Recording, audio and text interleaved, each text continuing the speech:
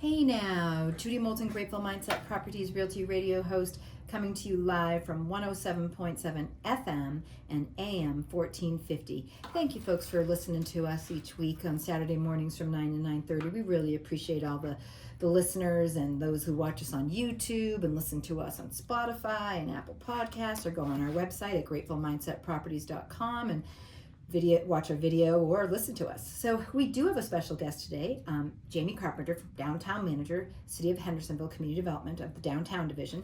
So please be sure to stick around and hear a little bit more about what's happening in the City of Hendersonville, what's the planning, the strategies, and more.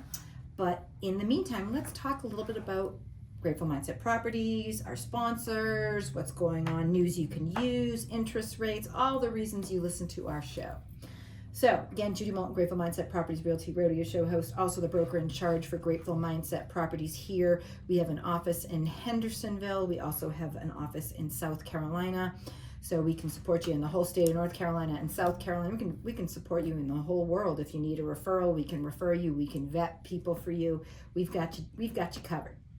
So let's see what's going on. Interest rates. I know this is important. It has been talked about. We went down about a quarter, a little bit more. We're right now, as of today, and again, it's predicted to make it down even more, but we're at 6.1% for the 30-year conventional, 5.3% for the 15-year, 5.9% for the USDA, and 5.6% for the VA. Obviously, there's things you can do, lines of credit, getting equity out of your home, things of that nature. You can buy down rates if you need to bring it down even further. But something to, we've got a lot more buyers coming out of the woodwork just because interest rates dropped. So we're very excited about that. So what has happened since rates have dropped? Under contract no-show, our property, townhome, 20 LaCole, just in a couple of weeks it went under contract. Really cute, 2-bedroom, 2-bath, a little bit of a yard. We've got properties under contract in a day or more in South Carolina and North Carolina. Stony Mountain here in Hendersonville. Still waiting for the right buyer for 320 Dawnbrook. That's standalone, beautiful inside and out. Kenmure property with over 3,000 plus square feet. Mountain views, separate entrance, 2 decks. Great for large families or in-laws.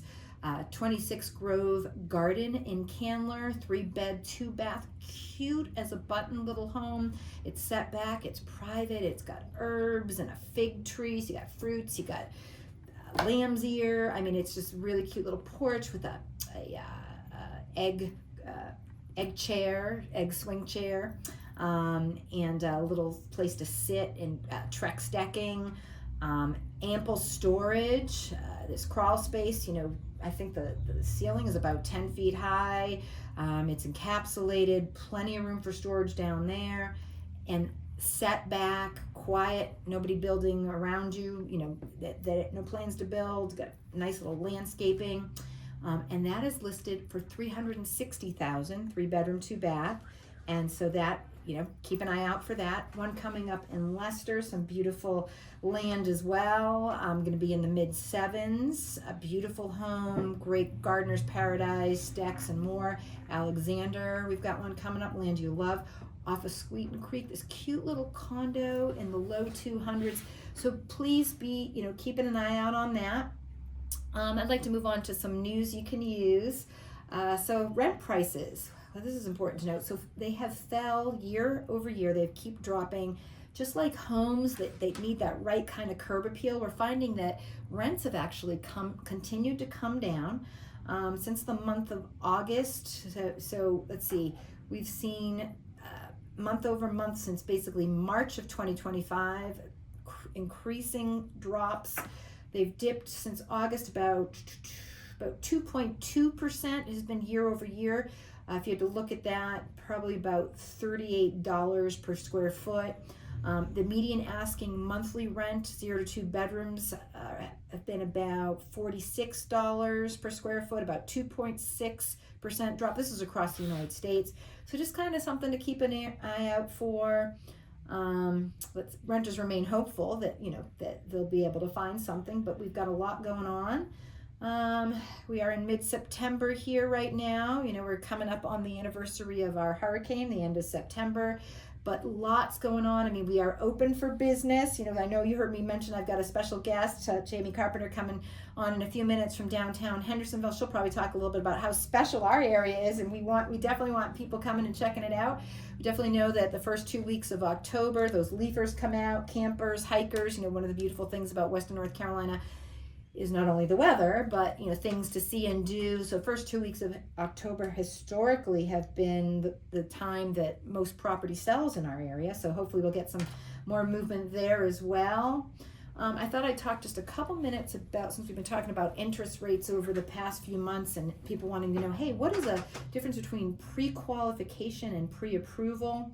A pre-qualification means that you provide a lender with some general financing information. It doesn't mean that you've got a full, pre-approval yet. You're just pre-qualifying. It doesn't include the verification, the credit report, debt to income. So it's not fully, what's called a hard pull has not happened yet, where a pre-approval carries a lot more weight in the buying process. When you're pre-approved, you've submitted your financial history as well as the lender has verified some of that debt to income, your credit reports, your checking, your savings, your employment and income, your assets, and your debts.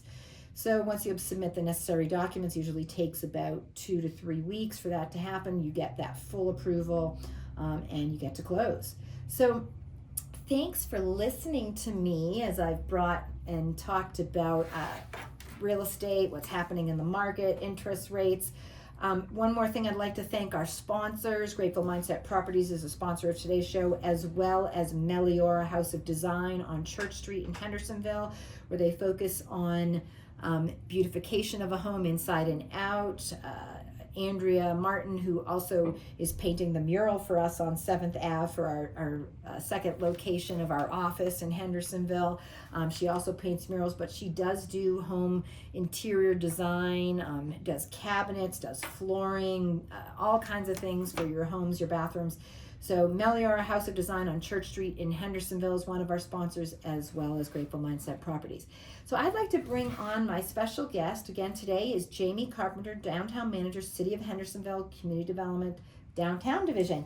Hey Jamie, how are you? I'm doing great. How are you doing? I'm doing great. I'm so glad you could make it. I know there was a little bit of a snafu on, hey, was I supposed to be here today? You are, and we are glad you made it. So tell us what's going on as the downtown manager. Tell us what's going on with downtown, with Hendersonville. Anything you think the public wants to know? Oh my gosh, there's always so much going on in downtown, and downtown is our Main Street and 7th Avenue districts.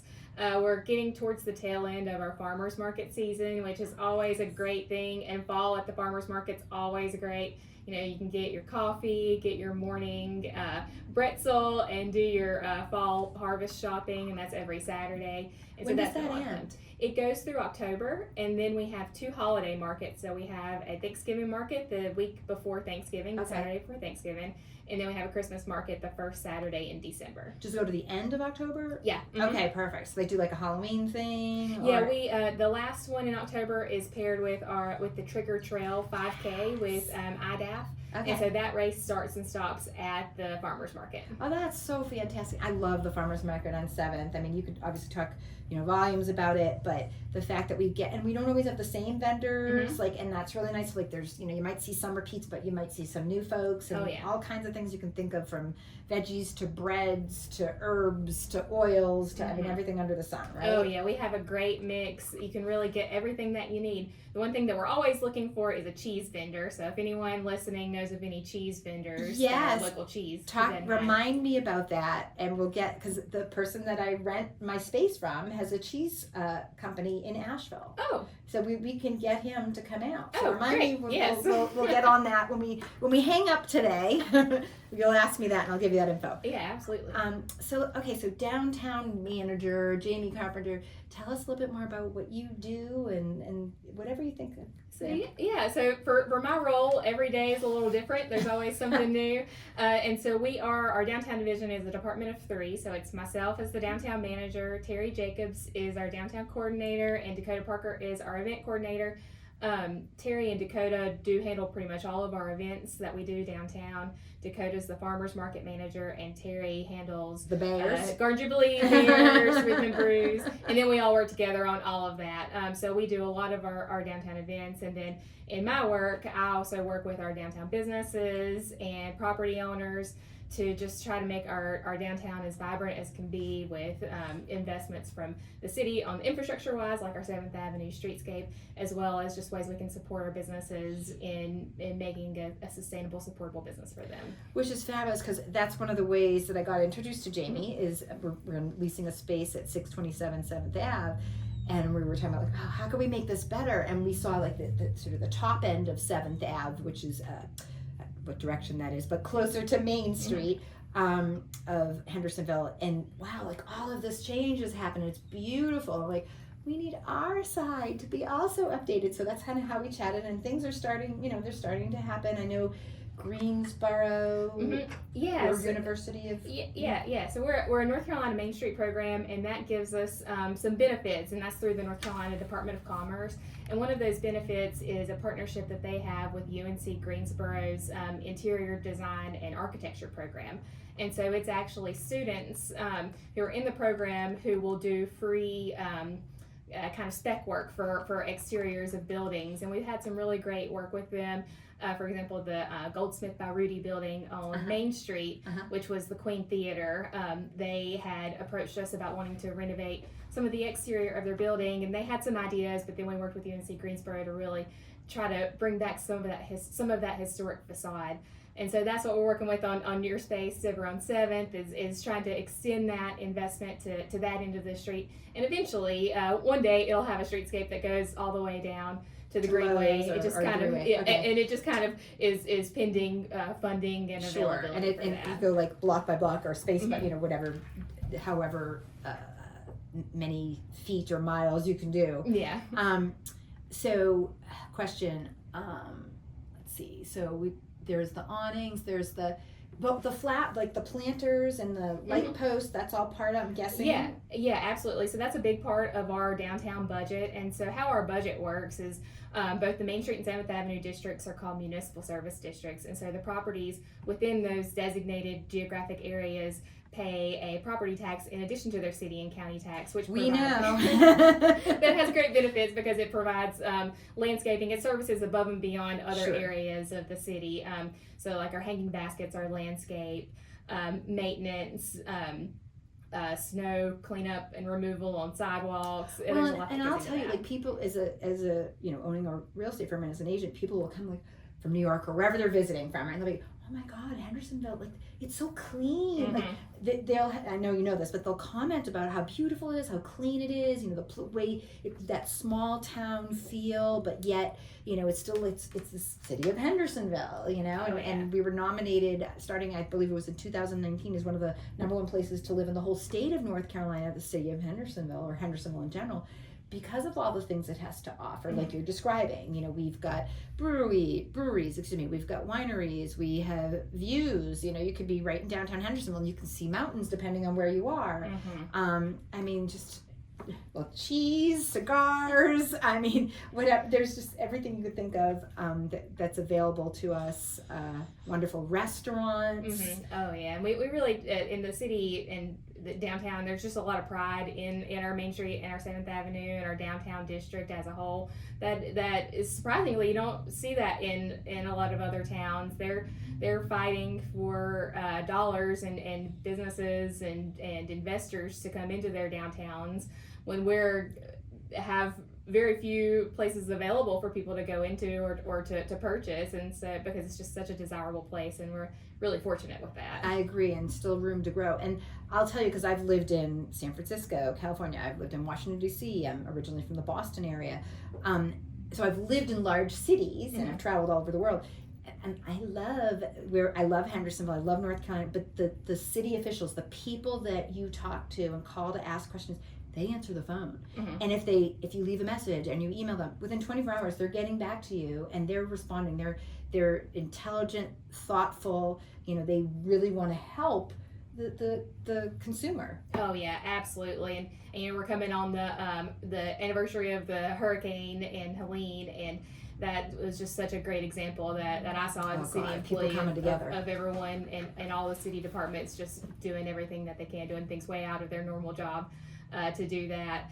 and coming on that anniversary with downtown just having those amenities where I just kind of looking back and reflecting on the few days after the hurricane where downtown was kind of an oasis for people to come, where some of our power never even went off. So we were there, yeah. Yeah, people were charging their phones into our planters downtown. A lot of restaurants were just giving out their food for free. It was just such a great way to see the community coming together. Yeah, I mean, we live a half a mile from South Main Street, and we were without power for about two and a half weeks. And yes, we were one of that family that was there on Main Street because we had 5 fur children, so we couldn't go stay in a hotel, and so we were camping out, basically in our house.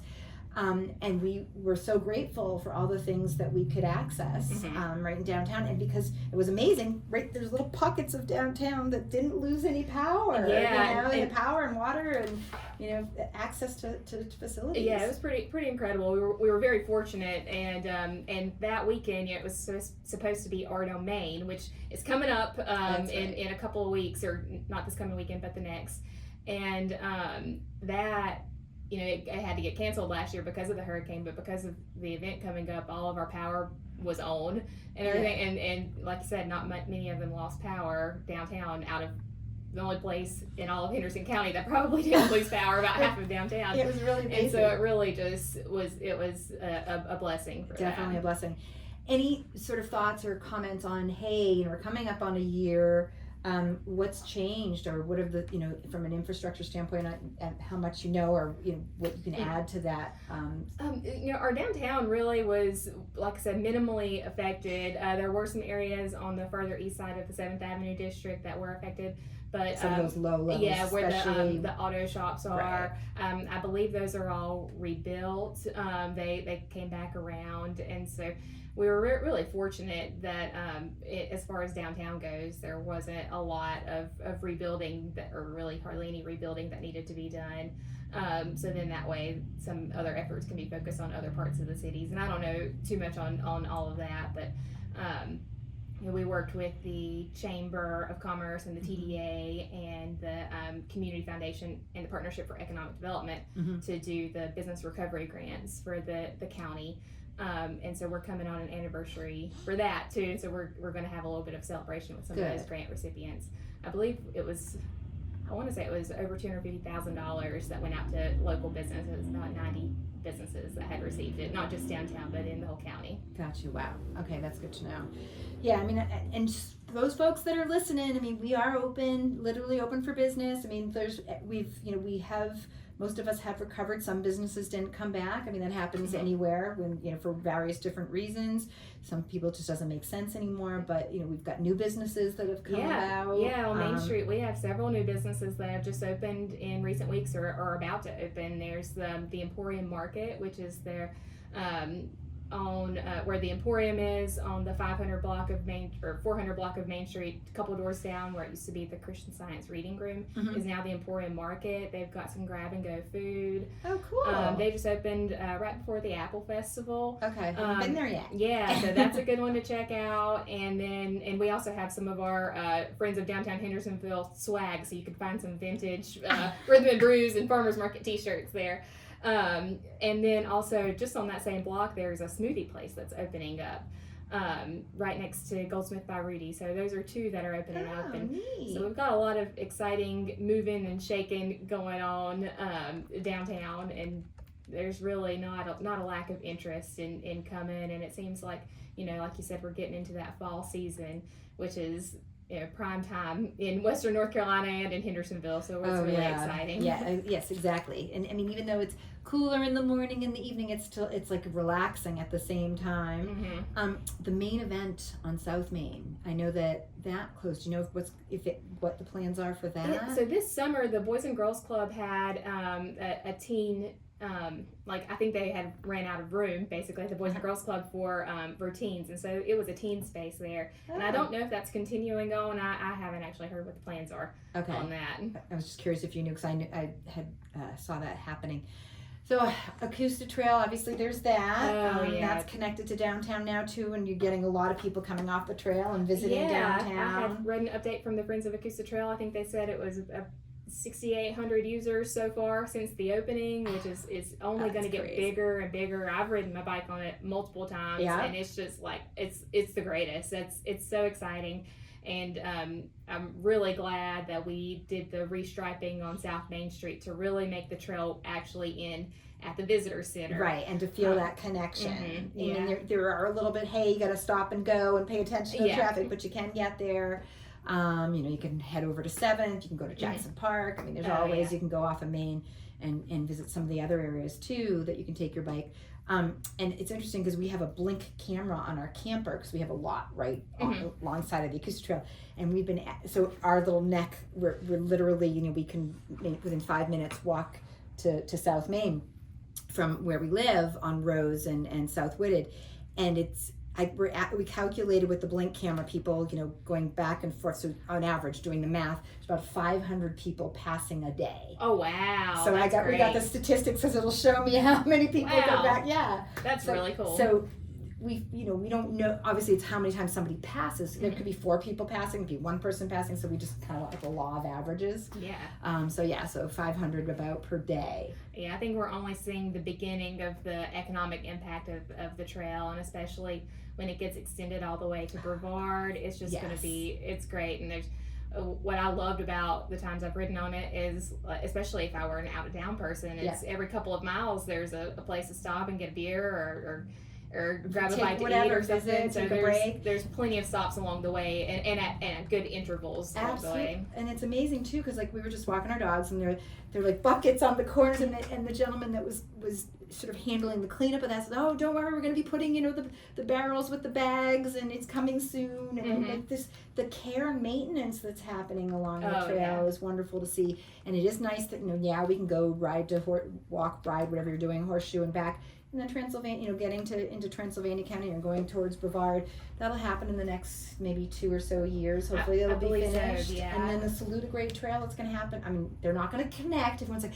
are they going to connect? Hopefully at some point. I've been a part of meetings where we're looking at ways of figuring out how it can connect. Maybe not through the railroad tracks themselves, but just finding other ways to make it connect. Just like we did with South Main. Maybe there's a way to kind of go off, which would be great because right now from, you can go from land with I think it's going to be 30 miles. I think it's the prediction for the Saluda Grade Trail. So it's going to basically go from Landrum to Saluda. So you'll get, anywhere in between. So your South Carolina, North Carolina borders, Columbus, Tryon, all the way to Saluda. And if there's a way to connect that would be wonderful. Oh yeah, you'd be able to ride a bike. It would take a lot of work, but you'd be able to ride a bike basically from Landrum or Inman, South Carolina, all the way up to eventually where all of our trails will connect towards the Hellbender system, which is connecting all the way up into Asheville. So it'll be a whole big trail system at some point. Which Hellbender system. That's another trail system that I believe that's connecting with the greenways and trails in Asheville and maybe even into Marion and Morganton. I'm not entirely sure. So it's a huge trail system. That's going to be fabulous. I didn't know that. And when I was little, I'd ride my bike from Newton to Boston and it'd be about 40 miles on my 10 speed. But, life has changed. And what's so great about the one from Hendersonville to Brevard is, it's a mountain trail that is relatively flat. Right. It's a very accessible trail, and then now with e-bikes and everything, it's just there's no lack of access. I think I'd be surprised if it would take more than or even an hour to ride from Hendersonville to Brevard, especially on an e-bike. Oh, totally. And I mean, you could probably even walk it too. The thing with the you're saying like the access, it's a very wide trail. So people are still figuring out sort of when you're walking and if you have headphones on and you're on your bike and all that stuff and the dogs and the people with their leashes, because it is such a wide. I mean, I've seen the little ATVs or cars driving down it. Our trucks because they're doing maintenance. But so it's a very wide trail. So just kind of be mindful of your neighbors if you're out there, and you just be aware of your surroundings. It's all being figured out. And that width was something that as they were designing the trail, they had gotten a lot of input or feedback from the Swamp Rabbit Trail in Greenville. And one of the things that I had heard them say was make it as wide as you can. So that's good to know. So there must because I mean obviously for a lot of us we use the Swamp Rabbit Trail in South Carolina, and I don't know how wide I whatever if there's how different they are, but in terms of width. That makes a lot of sense because if you're feeling the volume, the number of people. Yeah, and that makes it easy to pass around people or anything that you need. Yeah, no, that makes a lot of sense. That makes a lot of sense. Okay, so let's see, events we're talking about coming up. We talked about the farmers market. Any other events that are happening? Yeah, so we have one more Rhythm and Brews, which is in October. Okay. It'll be our last one of the season. We last year we switched Rhythm and Brews to be a June to October event because everyone really loved it when we had a few October shows just because of scheduling, and so we changed our schedule for that. So we'll have our last Rhythm and Brews in October. So that's always a lot of fun. There's a little bit of a crisp feeling in the air. Everyone has a good time for it. That's the third Thursday. So that will be a really good show. So we'll still have one in...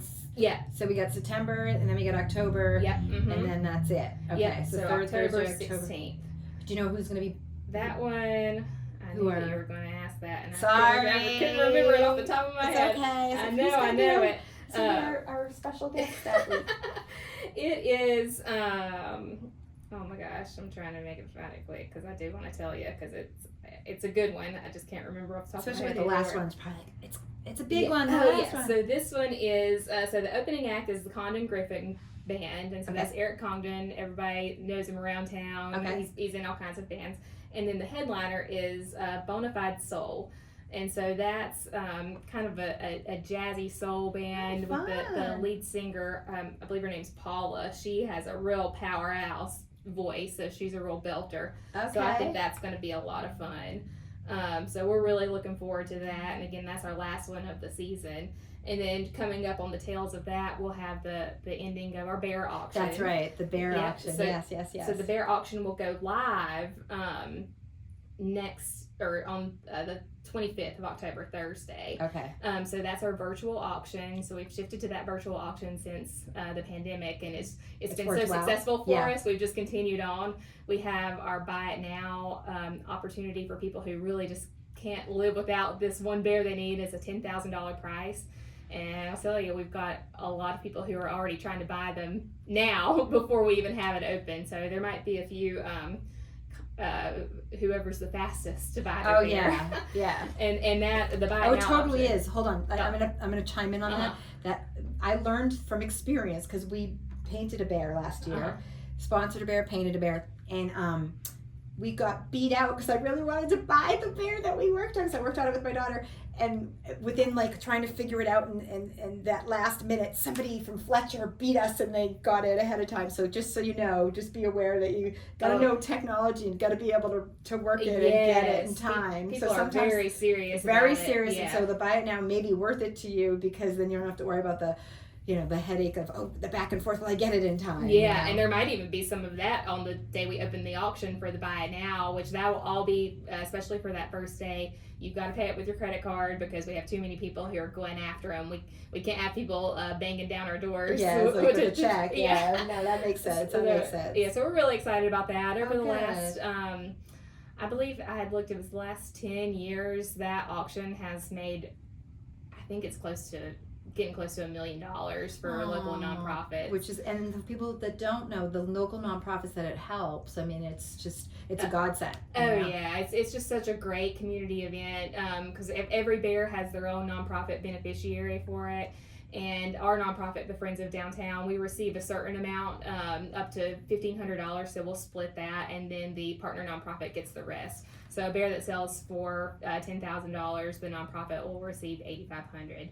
And it's just such a great event. Everyone really loves it. It is. I loved it.